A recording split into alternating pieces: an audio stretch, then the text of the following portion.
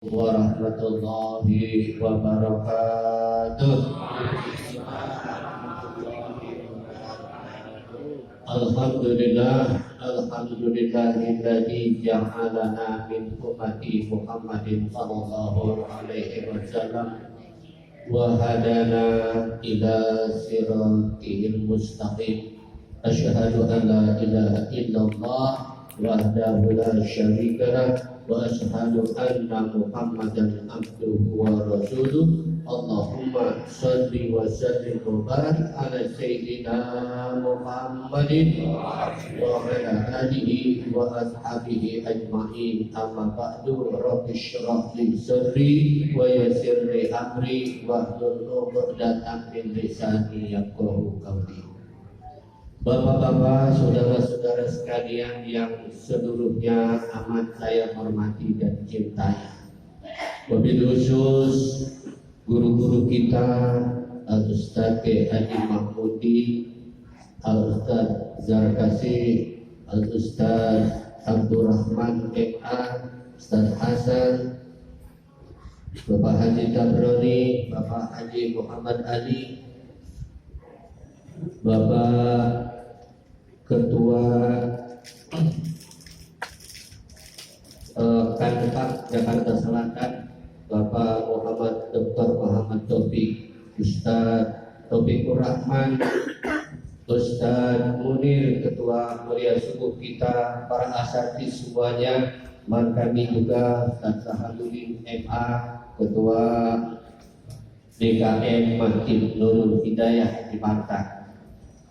Para asatidz yang lain yang banyak datang pada hari ini, Ustaz Ali dan lain-lain, para ketua-ketua DKM masjid-masjid dan mushola sekebagusan, dan seluruh jamaah yang hadir pada pagi hari ini yang kita punya niat sama. Pertama sholat subuh berjamaah, kemudian taklim yang niatnya semata-mata mencari ridho Allah Subhanahu wa Ta'ala. Mudah-mudahan niat kita yang suci, niat kita yang amat baik, ikhlas semata mencari ridho Allah, Allah meridhoi kita. Amin ya rabbal alamin. Alhamdulillah, kita pada pagi hari ini sudah dapat ilmu. Ilmu tentang apa? Sabar. Itu rukun apa, cabang iman yang berapa? 70, ya, udah 70 cabang, ya, tinggal berapa? Tinggal 73 cabang iman, kelompok ya, 73. Nah, jadi udah 70 cabang, dari cabang ke-1, ke-2, ke-3 sampai 70 kali pertemuan. 70 bulan berarti kan satu pertemuan 1 bulan itu. Bayangin itu. Ilmu kita dari Ustaz Yai Mahmudin yang saya jabarkan kemudian itu udah 70 kali. Nah, banyak gak? Banyak. Nah, coba saya tanya, dapat enggak kita ilmu yang kita dengerin itu dari Ustaz Mahmudi, dari Ustaz Zarkasi, khusus tentang iman. Cabang iman yang lain coba, saya pengen sedikit aja. Salah satu cabang iman yang lain selain sabar apaan? Malu. Apalagi? Kebersihan. Apalagi? Birrul walidain. Banyak, ya. Banyak. Dan juga tentang sifat-sifat Allah dari wujud, tidak, makhluk dan seterusnya. Itu dulu di awal-awal kita bahas. Ya. Sekarang kita harus menempa keimanan kita itu dengan sebaik-baiknya. Satu di antara cabang iman itu yang akan kita bahas adalah sabar. Nah, sabar ini, ya. Apa perintah sabar? Kalau tadi kan keterangan sabar, orang yang sabar begini, orang yang sabar begitu, ya. Pokoknya orang yang sabar punya keluar biasaan fadilahnya. Perintahnya mana? Ya ayyuhalladzina amanus biru wasobiru. Itu perintah supaya kita berbuat sabar. Ya, hai orang-orang yang beriman, sabarlah kamu. Wasbiru, dan mantapkan, tekadkan kesabaran itu di dalam diri. Ya, jadi disuruh sabar dan supaya kesabarannya mantap, benar-benar sabar. Nah, sabar itu ada 3 menurut Imam Ghazali. 1, sabar dalam melaksanakan perintah-perintah Allah. 2, sabar dalam meninggalkan larangan-larangan Allah. Yang ketiga, sabar dalam mendapat atau menghadapi musibah-musibah. Nah, sabar dalam melaksanakan perintah Allah. Perintah Allah, kita diperintahkan sholat misalnya. Dari semenjak balik sampai kapan? Sampai kapan? Sampai wa'bud rabbaka hatta ya'tiyakal yaqin. Sembah Tuhanmu sampai datang kepadamu keyakinan atau al-maut, kematian. Ya. Jadi orang Islam itu, kita itu Allah perintahkan agar menyembah Allah, sholat dan beribadah dari semenjak kita itu balik, hukum wajibnya sampai datang kematian. Satu aja misalnya ibadahnya sholat, ya, sholat 5 waktu, minimal 5 waktu, ya, yang wajib 5 waktu.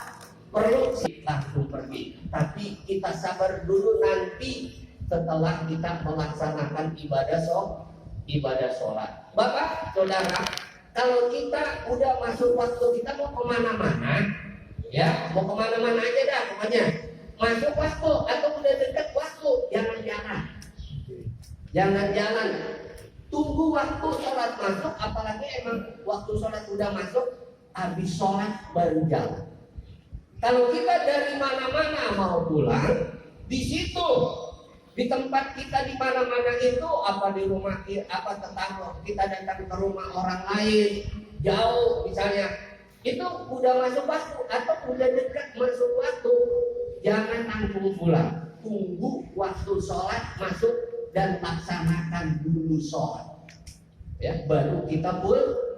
Kenapa? Siapa tahu, ya, kalau kita mau kemana-mana, ntar aja tadi sono sholat, ya, waktunya masih panjang, kan baru masuk waktu zuhur, kan masih lama tuh sampai jam 3. Kita jalan ke sana itu cukup waktunya, bisa disolat di sono, jalan dah. Begitu jalan tahu-tahu terjadi tabrakan. Bisa nggak terjadi begitu?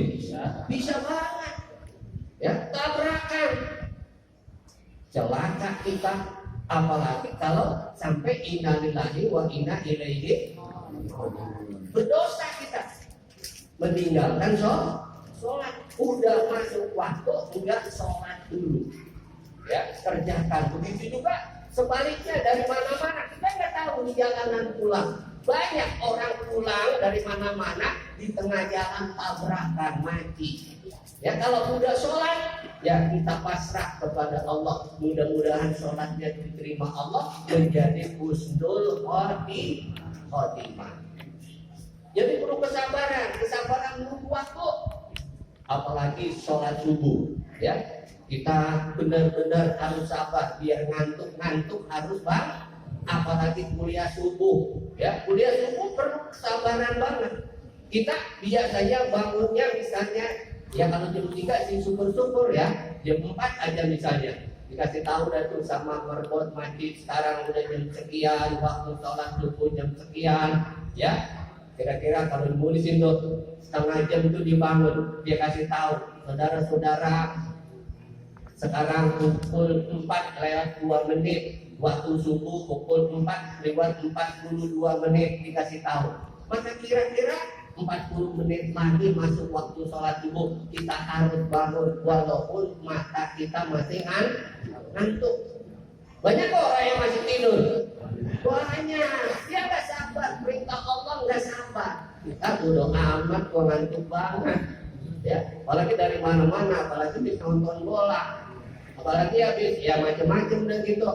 Ya, kadang-kadang habis ngobrol, sono sini ngalor ngidul, tidurnya kemalaman. Ya, itu jangan biasain bapak-bapak kita di jamaah kuliah dulu, jangan biasain ngobrol sampai malam ngalor ngidul nggak ada gunanya, tidurnya kemalaman, ujung-ujungnya mau sholat subuh ngantuk kalau sholat subuh, jadi dosa tuh ngobrol-ngobrolnya itu. Ya, ngobrol-ngobrolnya jadi dosa itu. Ya, ngobrol yang gak ada manfaatnya itu jadi dosa.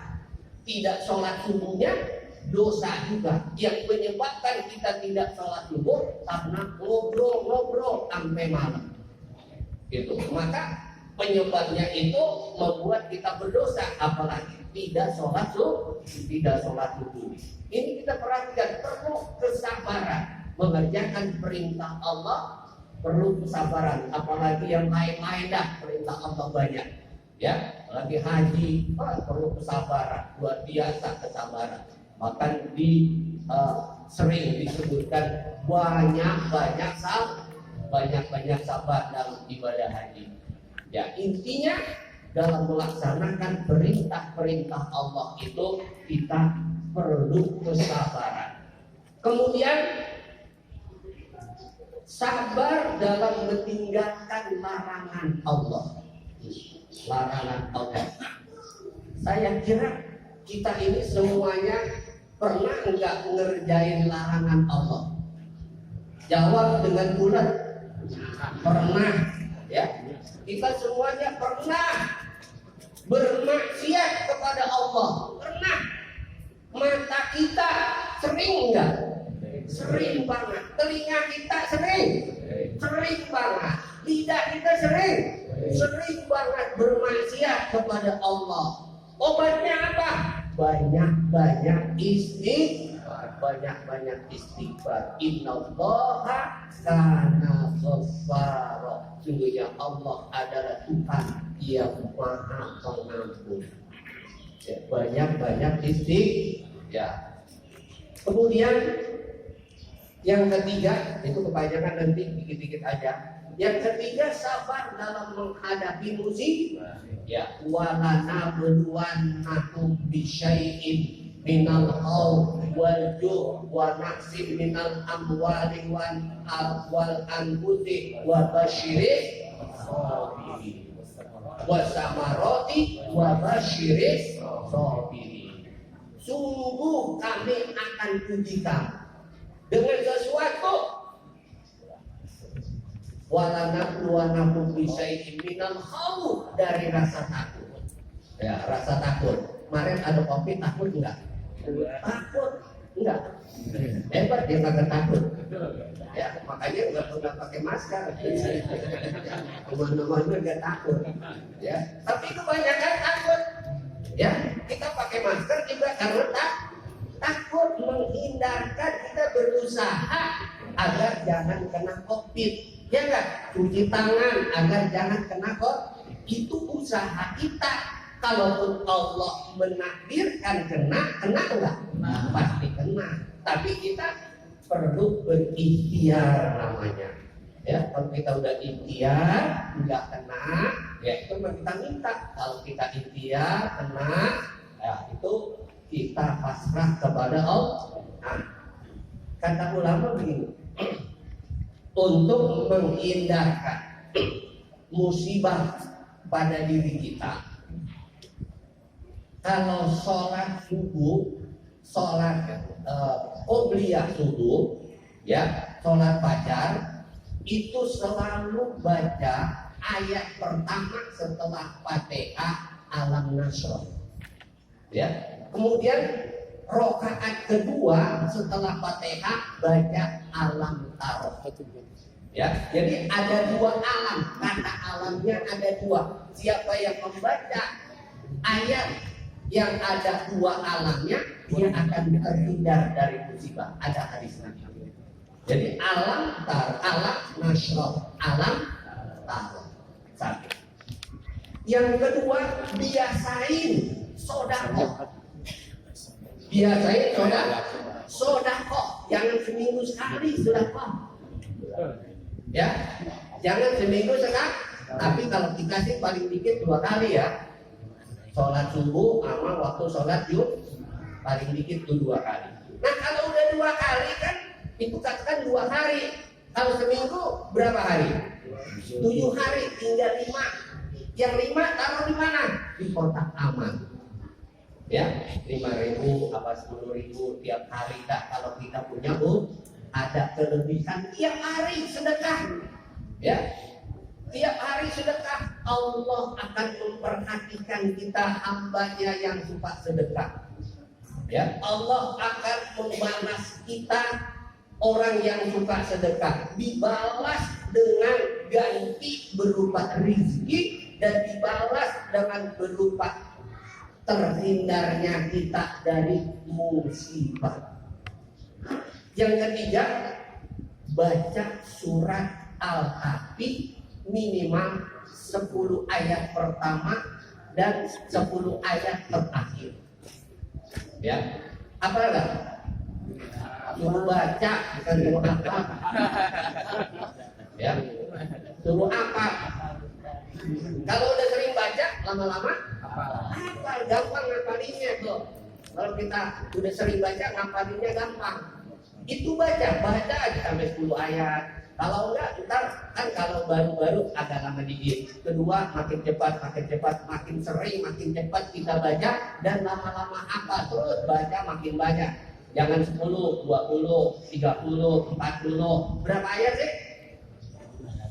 110 ayat surat Al-Kahfi.